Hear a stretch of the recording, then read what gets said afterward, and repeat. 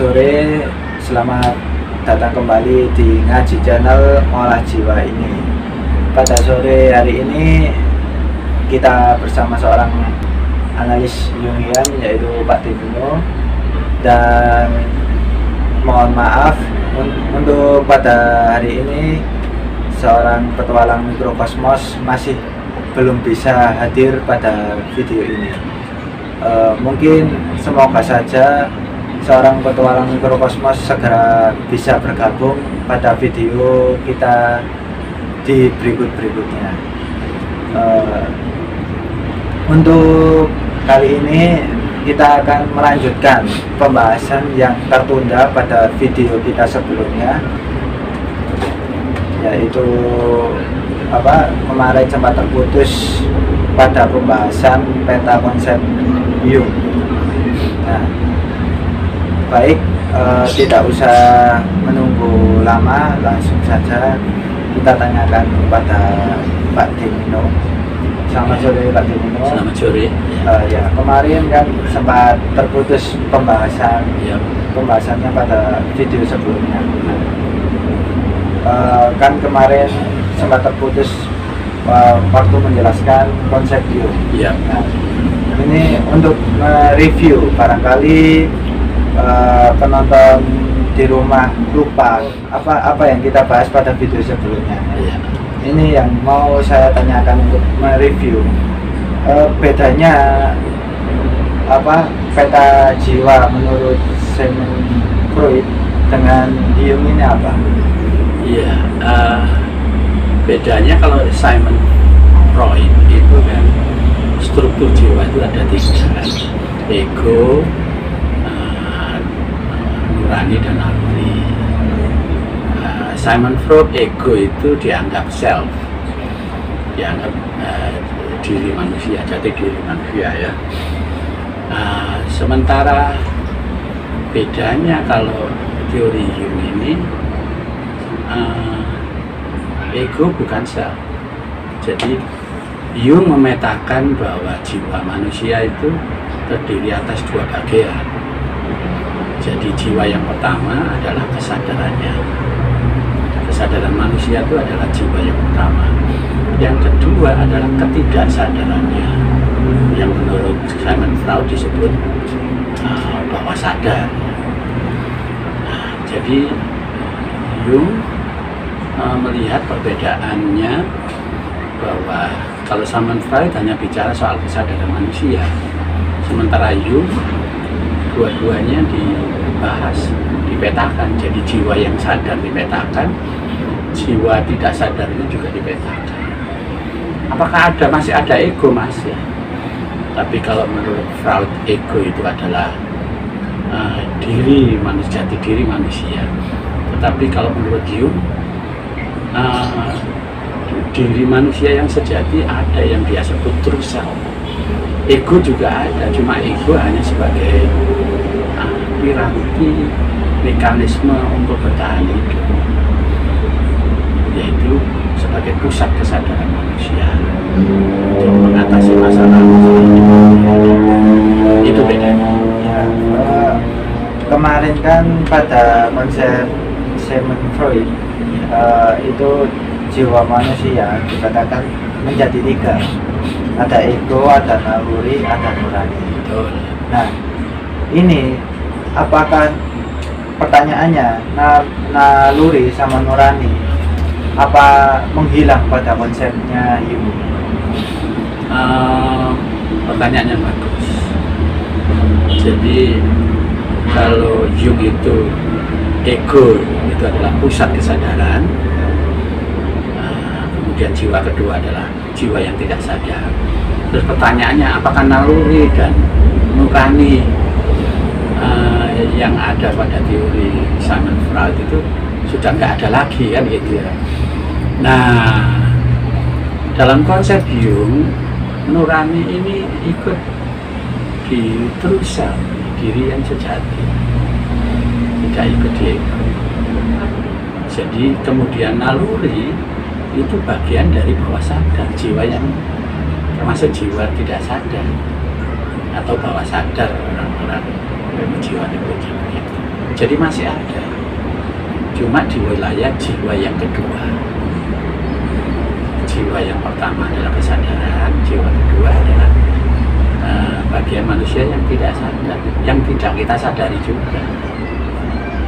Dan kita tidak tahu, dan naluri itu di sini, di bawah sadar ini, ikut di sini, tidak hilang, cuma petanya dipindah. Nah, berarti naluri sama nurani itu tidak menghilang, Tidak, ikut di apa? di wilayah bawah sadar. Baik. Lalu untuk konsepnya Jung sendiri itu bagaimana? Iya, konsep Jung itu hanya melihat bahwa jiwa manusia itu terbelah jadi dua, itu saja. Yang satu jiwa kesadaran tadi saya sebutkan, yang satu jiwa yang tidak sadar. Bahasa Inggrisnya kalau yang jiwa yang sadar ini disebut conscious mind. Kemudian yang jiwa yang tidak sadar ini disebut unconscious. Cuma yang unconscious, yang tidak sadar ini dibagi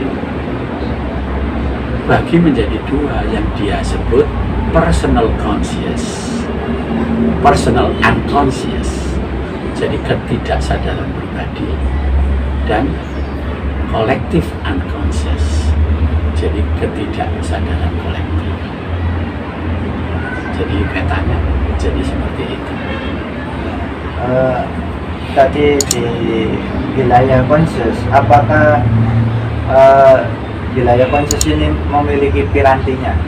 Ya, jadi pada jiwa yang pertama, yaitu conscious, di mana ego menjadi pusat dari kesadaran ini. Dia ego menjadi sentralnya kesadaran itu. Nah, ego memiliki piranti yang akan membantu ego untuk mengambil keputusan atau tindakan. Piranti kesadaran itu ada, manusia memiliki, ada secara keseluruhan 4 piranti. Jadi manusia itu memahami lingkungannya itu memiliki 4 piranti. Yang pertama adalah indera manusia, jadi pengindera. Kalau bahasa Inggrisnya sensing. Jadi ego punya alat namanya pengindera untuk memahami lingkungannya. Jadi yang kedua, ego punya piranti yang disebut thinking. Jadi proses logika ini, dia menggunakan logika. Jadi dia memahami sesuatu menggunakan thinking. Kalau sensing tadi kan empiris, dia rasakan, dia bau, tapi kalau pikiran ini dia memahami sesuatu lewat konsep-konsep pikiran. Yang ketiga, peranti ketiga adalah feeling. Feeling itu rasa. Jadi oleh Jung dibedakan antara pikiran dan rasa. Kalau rasa itu bedanya dengan thinking, dengan pikiran, segala pikiran, apakah kita berpikir sesuatu itu bermanfaat atau tidak. Bila kita bisa mengetahui bermanfaat, ini dirasakan, ini masuk feeling. Jadi nilai-nilai yang ada dalam masyarakat itu juga masuk wilayah feeling. Contohnya nilai-nilai nilai empati dan seterusnya. Ya. Selain itu, yaitu intuisi ini, ego mendapatkan intuisi ini dari bawah sadar yang muncul tiba-tiba, ide baru. Ya, saya kira berarti di wilayah jiwa pertama conscious, ya, ini pengendalinya sebagai sopirnya itu ego. tetap ego. Jadi ego punya alat itu untuk mempertahankan hidup si manusia ini. Lalu di bagian jiwa yang kedua, unconscious. Iya. Nah, itu kan ada apa, dua tadi. Iya. Nah, dari dua konsep tadi, apakah ada bedanya? Ada. Oke, jadi bawah sadar itu tadi saya katakan dibagi dua ya. Iya. Jadi dipetakan menjadi dua wilayah, yaitu personal unconscious, ketidaksadaran pribadi, sama ketidaksadaran kolektif atau yang disebut collective unconsciousness. Apa perbedaannya? Ya, itu pertanyaan bagus. Dua-duanya ini masuk dalam wilayah unconscious, jiwa yang tidak sadar. Tapi yang dikategorikan personal unconscious, ketidaksadaran yang pribadi ini hanya dibatasi sesuatu yang kita alami pada masa perjalanan hidup. Jadi masa kecil contohnya ya, itu akan masuk di bawah sadar yang disebut personal unconscious. Dia masuk di situ tapi kita tidak ingat, suatu saat bisa muncul. Kemudian personal unconscious ini juga bagian dari shadow. Shadow itu bayangan manusia. Bayangan manusia itu adalah hal-hal yang tidak disukai oleh kesadaran. Contohnya hal-hal yang tidak disukai kesadaran, contohnya Anda tidak mau dikatakan sebagai orang jelek ya. Anda tidak mau dikatakan sebagai orang yang liar. Anda tekan itu, nah, begitu Anda tekan dia nggak hilang. Jiwa-jiwa liar Anda ini tidak hilang, tapi dia akan masuk di bawah sadar yang disebut shadow. Jadi itu jiwa yang tidak Anda sukai, tapi hilang, tapi tenggelam, tapi masih ada di sana.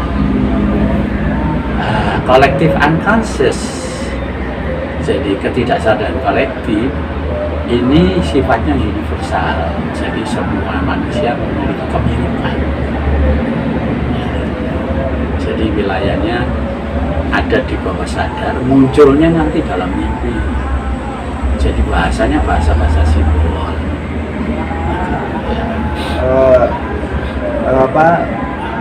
Ngomong-ngomong bicara simbol, saya baru keingat kemarin kan Pak Dewi ini ada pembahasan tentang cakil pada konsep Sigmund Freud. Iya.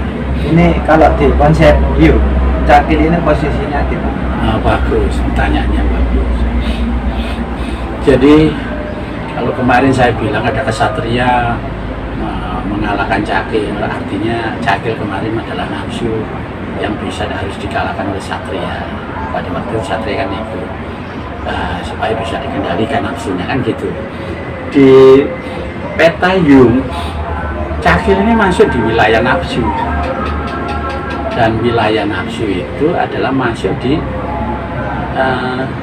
collective unconscious. Jadi ketidaksadaran kolektif, artinya semua manusia punya nafsu sama. Ya kayak cakil begini. Jadi semua dia masih wilayah di bawah sadar, tapi yang ketidaksadaran kolektif. Cakil berada di sana. Cuma satrianya bukan ego. Satrianya adalah true self. True self yang memahami nafsunya.